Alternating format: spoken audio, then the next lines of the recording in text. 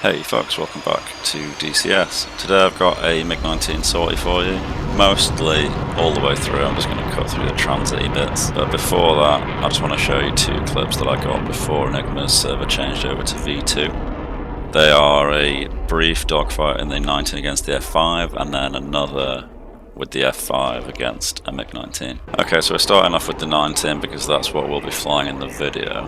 The idea of going through these fights is to sort of try and get an idea of what it's like for the guys on the other team from their perspective.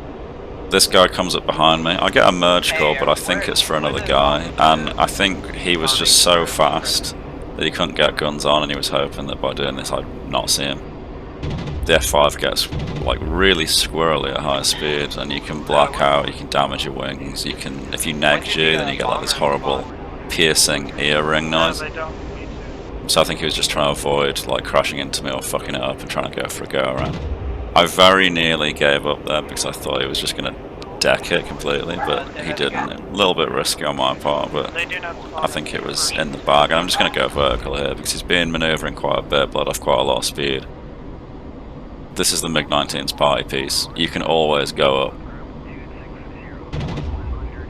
And it's beautiful when it works. Flip into the perspective of an F5. Obviously this isn't the same fight. But this time we're actually starting a head-on merge rather than him offensively behind me. He's in front of me, I haven't actually seen him yet. He's going to go up over my head and I catch a glimpse of him right there. So the F5 is more nimble than the MiG-19 at speed, but when it gets slow, the MiG-19 runs rings around it. So my objective is to get him slow whilst I'm still fast, because then I can get on his 6 and stay on his 6. So my first manoeuvre was to go high, because if I'm high I have altitude to play with, which means I can dive for speed if I need it. And I'm just keeping him in a really wide rolling scissor because he will probably think that I'm worse off in this situation, but because I had more energy coming in, I can keep it up for probably longer than he thinks. And right here, I can just roll to cut the turn, and using gravity to help me get my speed back, cut in front, and I'm right behind him now. And he will struggle to shake an F5 from his dead 6. From this close. Throw in a lucky snapshot where I clip one of his elevators. I'm not sure if he actually did that because of the damage or if he just pulled too hard. It looked a bit extreme. But we're on him. He can keep his rate up, but if I manage to hit him before he gets around one turn, like that, then that's the end of it for him. Who needs a radar gun set anyway?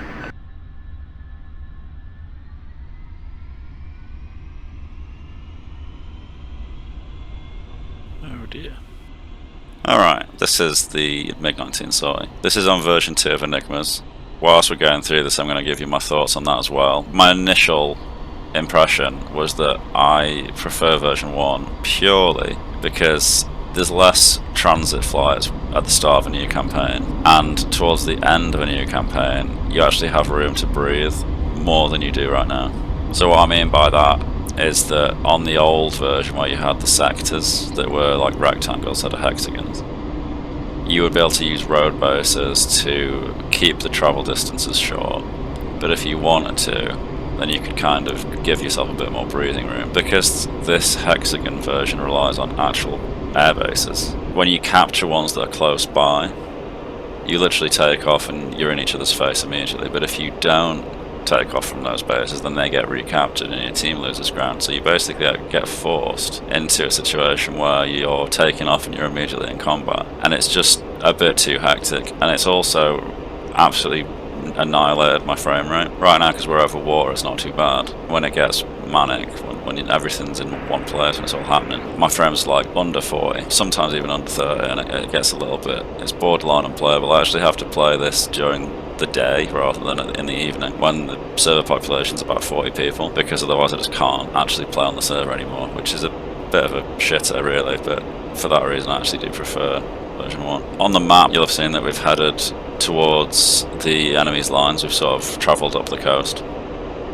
And we went feet wet once we got into the enemy sector because I didn't want to get like sniped by a Vulcan or something that was on the waterfront. Right now I'm following something that I think might be a Sabre, but as we get closer you'll see that it's actually an L-39. L-39s are friendly. I'm basically flying BARCAP. If you saw the map, there'll be a few more map pop-ups here and there. Because of the hexagons, I'm just running through the edge of the blue sector to try and fend off any fighters that might be coming through to deal with our ground attackers like this guy we just passed, but also to stop their attackers from coming into our lines. Sabre coming in hot, 16 kilometers to our 12. I can actually see him on the video right now, but I couldn't at the time. It's kind of weird how that works. And we've merged now. 308 dead ahead, 1500 meters, and there he is.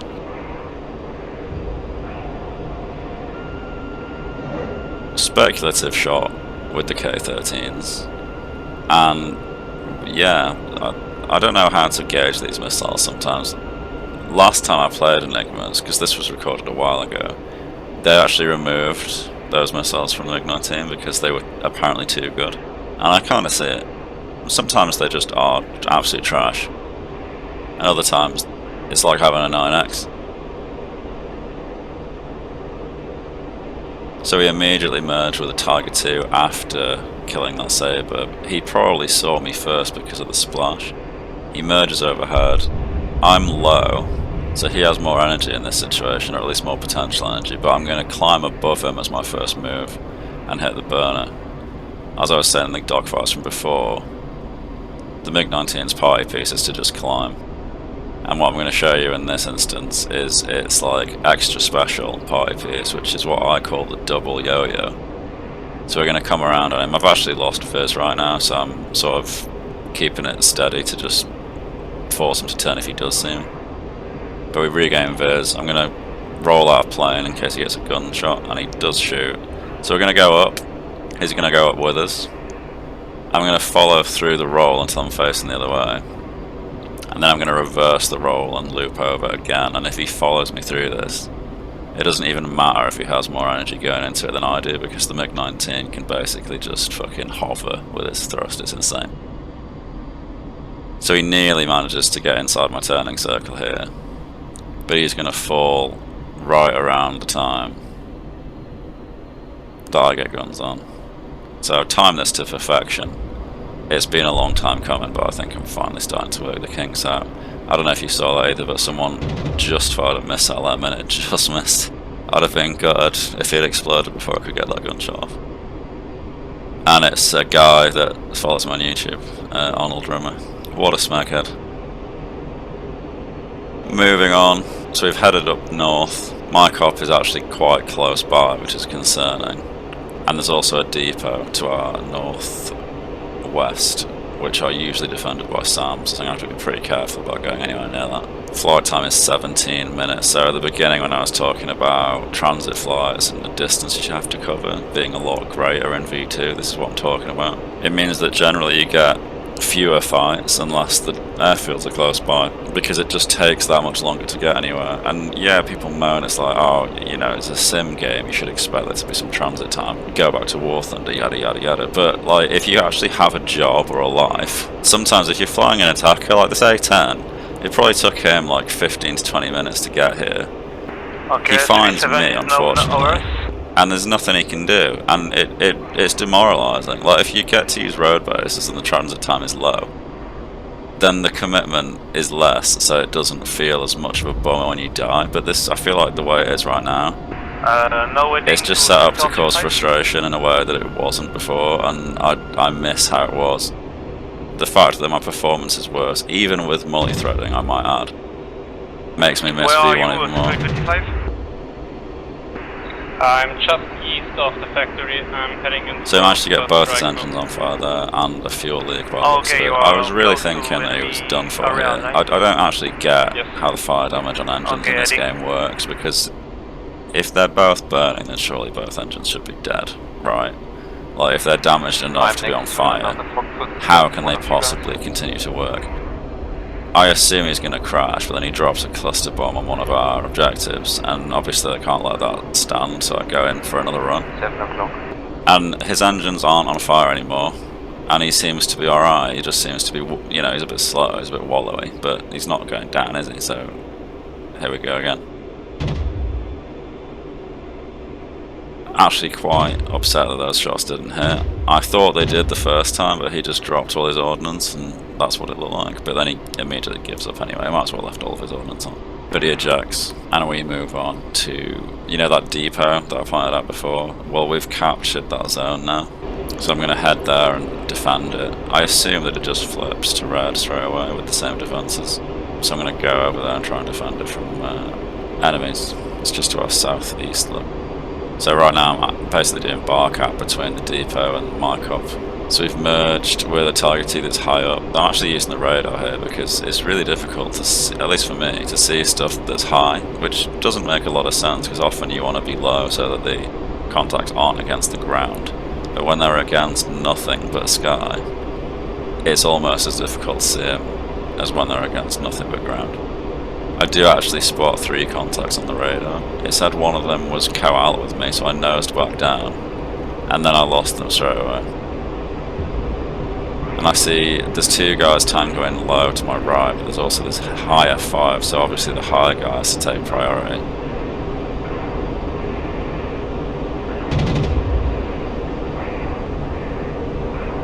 Unfortunately, we don't get hit there.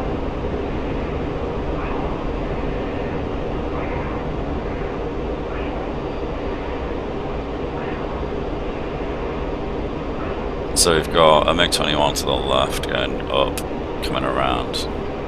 F5 seems to be tailing someone else, which I think is a Mirage F1. Do we currently have cap over the... I forgot that I still had my radar on, so that's what that lockbox was.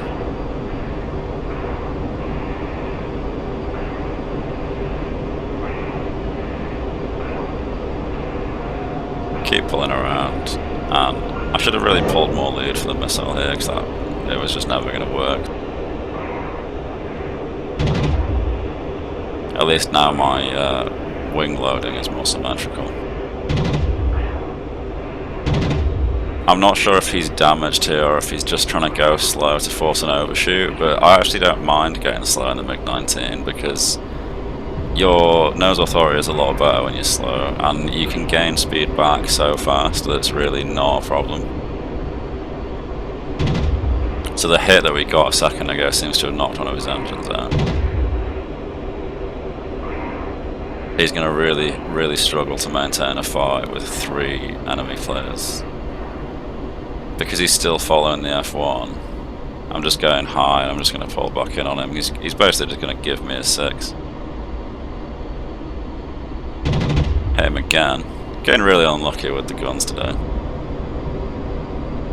Here I was really worried that the MiG-21 was going to steal it, and my attention should have really been on the F5 though, because I nearly fed myself to him in my anger at the MiG-21 for stealing my kill. And it's not like it even matters, you know, but when you put the work in and you see someone else just swoop in, and yeah, it's a bit annoying. I know it's a game, but yeah, fight me. MiG-21's going to overshoot just as we get in. I actually hit his nose cone with the last shot of that burst. Hit him again there, and he's still not going down. Again, he's continuing to pull after the F1, which helps me because he's turning away to the left, so I can just go high, come back down on him. And before I can get another shot off, he ejects. And that is kill number 4 for this sortie. Right now our fuel state is not looking great, so we skip ahead to landing. We've now been airborne for over 40 minutes. The MiG-19 really has some legs. I think I dropped the bags like almost immediately as well when I took off, so this was all on internal fuel.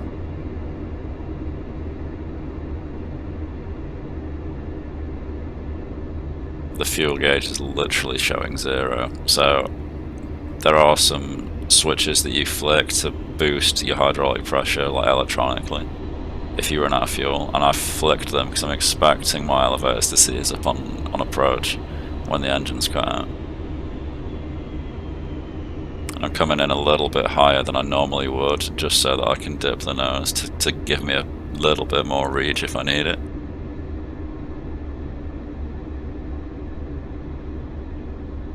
Tap the rudder a little bit just to try and get straight. A bit of a lag spike before touchdown. And we put it down.